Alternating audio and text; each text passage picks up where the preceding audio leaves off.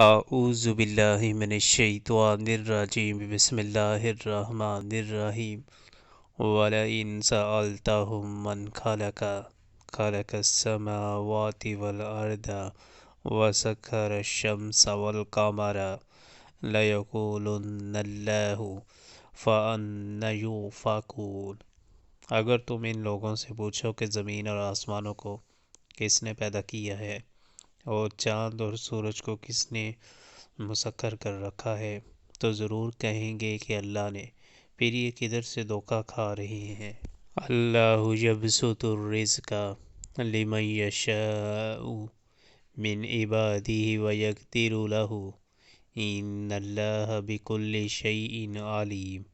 اللہ ہی ہے جو اپنے بندوں میں سے جس کا چاہتا ہے رزق کشادہ کرتا ہے اور جس کا چاہتا ہے تنگ کرتا ہے، یقیناً اللہ ہر چیز کا جاننے والا ہے۔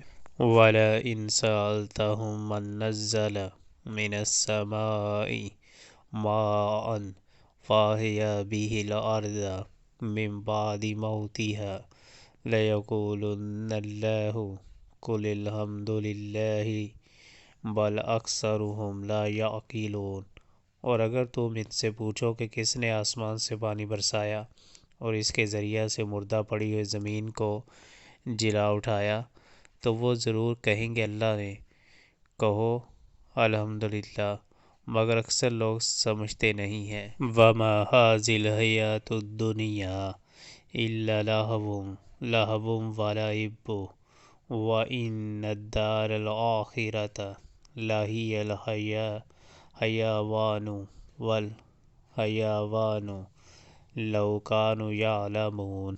اور یہ دنیا کی زندگی کچھ نہیں ہے مگر ایک کھیل اور دل کا بہلاوا، اصل زندگی کا گھر تو دار آخرت ہے، کاش یہ لوگ جانتے۔ فَإِذَا رَكِبُوا فِي الْفُلْكِ دَعَوُا اللَّهَ مُخْلِصِينَ لَهُ الدِّينَ فَلَمَّا نَجَّاهُمْ إِلَى الْبَرِّ إِذَا هُمْ يُشْرِكُونَ۔ جب یہ لوگ کشتی پر سوار ہوتے ہیں تو اپنے دین کو اللہ کے لیے خالص کر کے اس سے دعا مانگتے ہیں، پھر جب وہ انہیں بچا کر خشکی پر لے آتا ہے تو یکایک یہ شرک کرنے لگتے ہیں۔